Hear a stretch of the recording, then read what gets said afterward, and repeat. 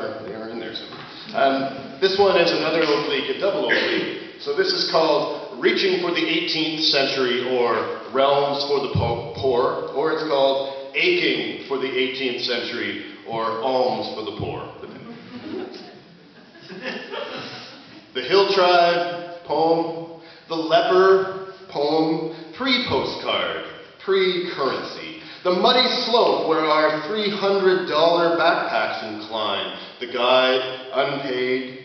Here's where we compare spiritual affluence with national roughage, where kids are undamaged by suburbia, by higher thought, where the doctor who left and doesn't write home is the problem, where the Pamela Anderson pinup posters are quaint misunderstandings, where blood-baked circumcision stitches go uncharted, those 13-year-old HIV-positive girls stuck into albums to defend semi-annual tax-free donations to UNICEF.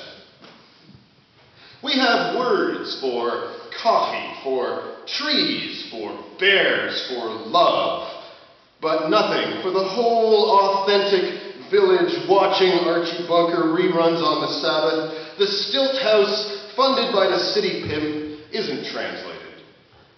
We say, the hookers wanted service. The beer bottle ended up in the surf on its own.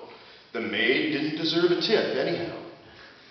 Our farmhands, with their hand-woven baskets, will never have time for Christopher Lloyd's flux capacitor. Everybody's guilty of arrival.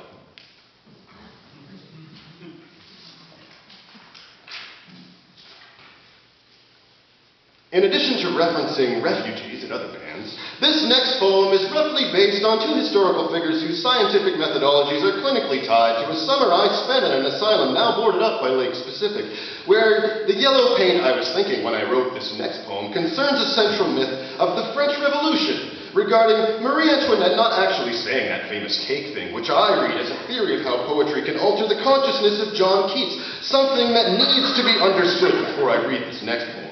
What I was trying to do when I wrote this next poem was consider those characters and their rejected theories which deserve a few minutes of explanation before I read this next poem.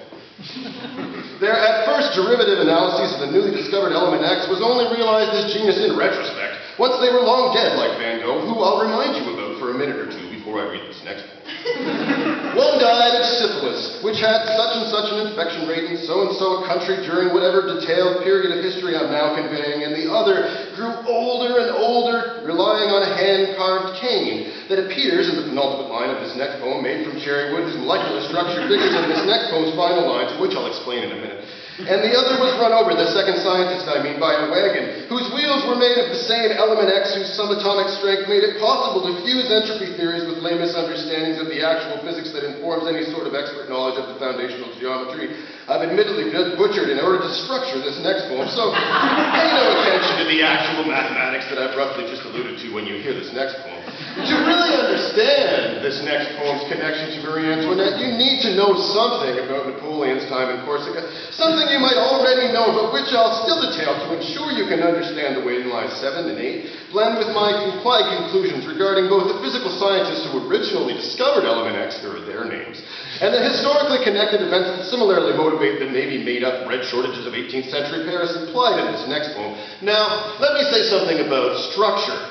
In this next poem, all of the even lines do this with historical examples, except for this one, which is an exception, due to the influence of this surrealist French linguist whose very interesting biography I'll now briefly sketch so you can appreciate where that exception comes from in this next poem.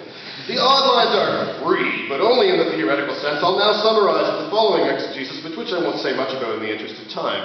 Rhymes and metrics go like this for that, and those reasons, and it might be helpful to know before I read this next poem first that my iambic leniency is due to this or that detailed manifesto regarding the revolutionary sound poetics of this capitalized, named after the fact socio-artistic movement and its proponents, all of whom I'll name now for you, and second, that the suffragette movement in southern France figures prominently in the strophic whatever of the particular syllabic music throughout the poem.